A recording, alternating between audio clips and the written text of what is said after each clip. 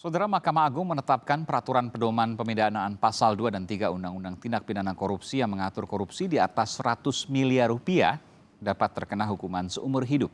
Apakah peraturan Mahkamah Agung dapat langsung diterapkan hakim? Dan yang paling penting menjamin pengembalian kekayaan negara serta mempertimbangkan dampak dari korupsi. Untuk membahasnya kita sudah terhubung dengan Kepala Biro Hukum dan Humas Mahkamah Agung, Abdullah, serta Guru Besar Ilmu Hukum Pidana Universitas Gadjah Mada, Yogyakarta, Profesor Edward Omar Syarif Hiarie. Selamat malam Bapak-Bapak. Selamat malam Mas Aiman. Saya ke Pak Abdullah dulu terkait dengan Perma nomor 1 tahun 2020 ini. Ini pertama-tama apresiasi untuk Mahkamah Agung yang kemudian menjawab adanya perbedaan hukuman atau vonis yang kemudian dijatuhkan yang selama ini dinilai banyak sekali hal yang kemudian dikritisi terkait dengan ringannya hukuman para koruptor. Saya ingin tanya Pak Abdullah, terkait dengan pengkategorian pemidanaan para koruptor ini, artinya akan ada nanti minimal hukuman dan maksimal hukuman, demikian? Ya, terima kasih Mas Aiman. Terima kasih atas pertanyaannya. Sebelum saya memulai, perkenankan saya menyampaikan bahwa ada prinsip yang harus dipatuhi dalam penegakan hukum. Yang pertama, prinsip hukum itu mengandung kesamaan. Sedangkan prinsip keadilan itu adalah ketidaksamaan. Nah, adil itu adalah tidak sama. Kalau sama semua ini justru tidak adil. Oleh sebab itu, maka di dalam Perma nomor 1 tahun 2020 ini, khususnya pasal 6, ini mengatur tentang kategori-kategori, mulai dari yang paling berat, sedang, dan ringan. Sedangkan pasal 3 itu ada paling berat, sedang, kemudian ringan dan paling ringan. Ini merupakan perbedaan berdasarkan prinsip keadilan yang distributif. Ya, dengan demikian, semua tindak pidana meskipun dilakukan dan diancam dalam pasal yang sama, tetapi dalam fakta yang terbukti itu bisa berbeda-beda. Disitulah yang membuat perbedaan-perbedaan. Demikian Mas Iman. Pertanyaan saya begini Pak Abdullah. Kalau seandainya bicara soal paling tinggi, paling berat, sedang, ringan, paling ringan. Sebelumnya kan tidak ada panduan seperti ini, saya katakan panduan. Katakanlah misalnya yang sedang antara 2 miliar sampai 25 miliar, betul ya? Sampai 100. Sampai 100 miliar, baik. Itu yang sedang. Kalau seandainya biasanya tidak ada panduan, sekarang ada panduan, maka untuk kategori sedang minimal hukumannya sekian tahun penjara, maksimal sekian tahun penjara. Betul demikian? Ya, memang itu ketentuan di dalam pasal 6 ayat 1. Ya, itu sudah ada tabelnya sehingga semua hakim nanti apabila ditugaskan untuk mengadili perkara tindak pidana korupsi berpedoman pada Perma 1 tahun 2020. Jadi dengan adanya pedoman ini diharapkan tidak ada disparitas lagi dalam menjatuhkan putusan dalam perkara tindak pidana korupsi. Oke. Pertanyaan saya kemudian Pak Abdullah, bagaimana dengan keadilan yang didapat? Bahwa mungkin kasusnya tidak terlalu besar dari sisi uang. Katakanlah mungkin ratusan juta atau bahkan 1 miliar.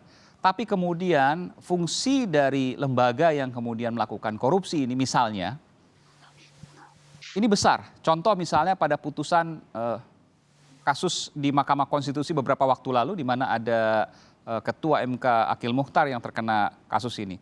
Memang sudah diputus hukuman seumur hidup. Kita tentu tidak berharap ada kejadian lagi di depan. Tapi pertanyaannya, ketika angkanya rupiahnya kecil, tapi kan bicara dampaknya besar. Ada berbagai putusan pilkada yang kemudian berubah hasilnya. Bagaimana kemudian MA menjawab ini? Bahwa nilainya boleh kecil secara rupiah, tapi dampaknya besar loh. Dan kemudian ada aturan minimal dan maksimal tentu masuk dalam kategori ringan. Iya, Terima kasih Mas. Kita kan bicara seandainya ada kasus terjadi seperti itu. Ya. Tentunya Mahkamah Agung tidak bisa berandai-andai seandainya terjadi begini dan begitu. Hakimlah yang akan menentukan berapa realnya. Tidak bisa kita berandai-andai. Sejak 24 Juli ini Perma sudah diundangkan, tentunya menurut asas legalitas itu berlaku ke depan ya. Jadi yang harus kita patuhi adalah asas legalitas itu sendiri. Oke, saya ke Prof. Edi. Prof. Edi, tentu kalau bicara korupsi yang besar, hukuman seumur hidup mungkin ini yang kemudian dikatakan sebagai sebuah keadilan. Tapi kalau dilihat dari nilainya, belum tentu kan nilai kecil tidak berdampak besar bagi masyarakat. Korupsi itu mungkin kecil, 1 miliar, tapi dampaknya mungkin saja besar. Bagaimana Anda menanggapi ini? Ya, Mas Aiman, pertama-tama saya harus mengapresiasi peraturan Mahkamah Agung ini, terlepas dari ada kekurangan di sana sini, wajar ya. Jadi apa yang dilakukan oleh Mahkamah Agung ini kalau di dalam hukum pidana itu dikenal dengan istilah standard of sentencing atau standar pemidanaan. Jadi standar pemidanaan itu memang ada hal-hal yang memberatkan, ada hal-hal yang meringankan. Memang kelemahan kita di Indonesia, KUHP kita itu belum memiliki standar pemidanaan. Nanti kalau RUU KUHP itu baru disahkan, itu sebetulnya peraturan Mahkamah Agung ini sudah tidak dibutuhkan lagi karena ada standar pemidanaan dalam RUU KUHP yang amat sangat jelas, rigid dan rinci. Yang pertama menanggapi Bukan hanya soal nilai saja, tapi juga ada soal dampaknya? Betul. Betul. Bisa Anda betul. ceritakan mungkin sedikit ini informasi, karena kita juga perlu untuk kemudian untuk terus mempelajari KUHP yang baru nanti yang kontroversial. Ya, jadi di dalam RUU KUHP itu pertama dilihat ya mengenai ancaman pidananya. Yang kedua dampak dari viktimisasi, jadi terhadap korban seperti apa.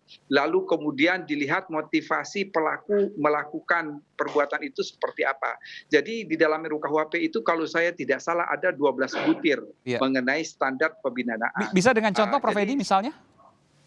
Ya misalnya ya, kalau saya ambil contoh misalnya ya, di dalam kasus korupsi misalnya, katakanlah korupsi itu dia ringan dalam pengertian dari nilai uang ya, itu mungkin di bawah 200 juta. Tetapi itu dilakukan pada keadaan darurat, itu tidak dapat dikatakan ringan, karena keadaan darurat itu sangat memiliki dampak yang sangat besar. Jadi artinya standar pemidanaan itu tidak boleh semata-mata hanya berdasarkan kepada nilai kerugian keuangan negara. Itu yang pertama yang ingin saya kritisi dari peraturan Mahkamah Agung ini.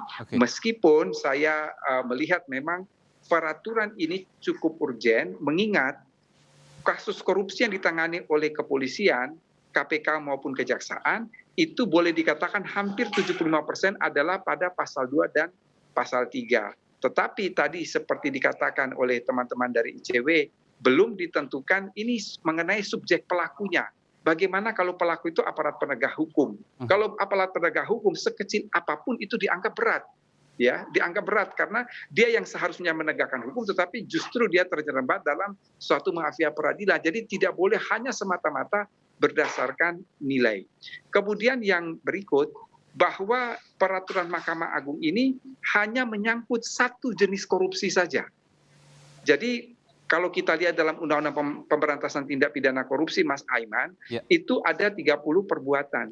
30 perbuatan itu dibagi menjadi 7 jenis. Jenis yang pertama adalah korupsi yang berkaitan dengan kerugian keuangan negara. Jadi hanya baru satu jenis saja yang diatur. Padahal masih ada 6 jenis lainnya. Dengan kata lain, saya mau katakan ada 28 pasal lainnya yang tidak diatur.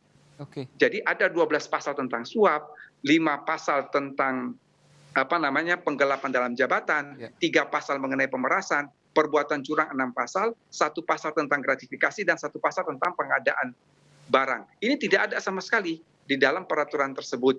Artinya ini memang artinya bagus ya maksud saya, tetapi dia tidak lengkap.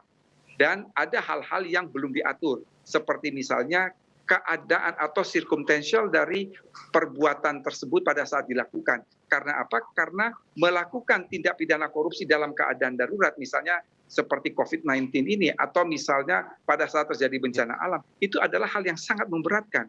Tetapi ternyata ini tidak dicakup oleh peraturan Mahkamah Agung. Nah, ini berbeda misalnya dengan RUU-KUHP. Jadi RUU-KUHP itu tidak hanya melihat dampak kerugian ANSI, tetapi misalnya juga akan melihat keadaan pada waktu perbuatan itu dilakukan. Jadi lebih komprehensif yang ada pada RUU-KUHP. Meskipun kalau kita sekali bicara lagi, sedikit RUU-KUHP, Prof. Edi, ketika nanti Ya. KUHP yang baru kemudian diberlakukan, Undang-Undang Tipikor maka ditinggalkan. Bukan Undang-Undang Tipikor ditinggalkan, Mas, tapi Undang-Undang Tipikor tidak memiliki standar pemidanaan.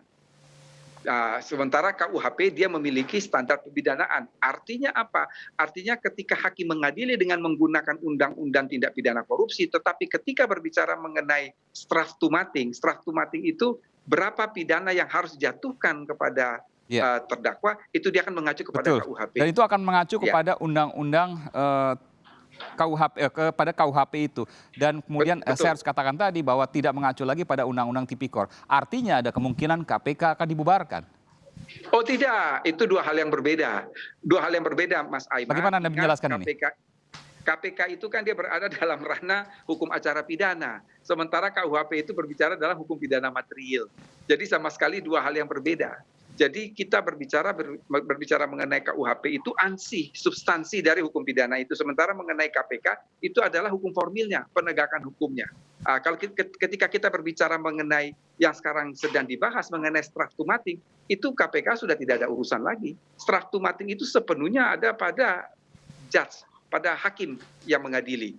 Jadi memang yang selalu terjadi atau yang menyebabkan disparitas pidana, Mas Aiman, itu ada dua hal. Yang pertama adalah personality of judges. Jadi bagaimana subjektivitas hakim yang mengadili, dan yang kedua adalah faktor undang-undang. Undang-undang di dalam pasal 2 dan pasal 3 itu kan dia dalam teori dikenal dengan indeterminate sentence. Jadi pembentuk undang-undang hanya mencantumkan ancaman minimum dan ancaman maksimum. Jadi hakim bergerak bebas. Mahkamah Agung mencoba mengisi ruang-ruang kebebasan hakim ini dengan menyatakan, dengan memilah dalam pasal 2 itu ada 4 kategori, mulai dari yang paling berat sampai yang paling ringan. Untuk pasal 3 ditambah 1 kategori ada di CCP sedang. Sedikit tadi saya ke KUHP karena memang ini masih terus menjadi kontroversi sampai saat ini dan perlu kemudian sosialisasi terkait dengan RUU KUHP. Betul. Iya. Saya kembali ke Pak Abdullah. Pak Abdullah, kalau tadi Pak Abdullah bicara soal keadilan itu tidak harus sama.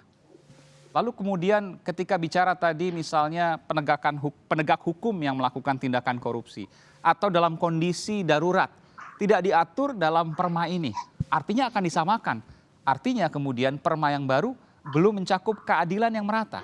Bagaimana Pak Abdullah menjawab ini? Nanti saya akan berikan kesempatan. Selepas jeda, kami akan segera kembali, saudara. Tetaplah bersama kami di Sapa Indonesia Malam.